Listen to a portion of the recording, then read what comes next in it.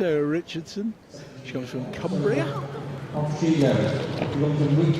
Agility champion, No Worries, Sweet Dreams, the dog. This is a crossbreed, 5.5 years old, known as Libby.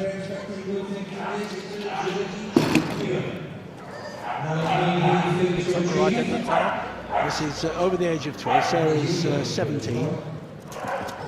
Handling well ahead of the dog, well ahead of the dog.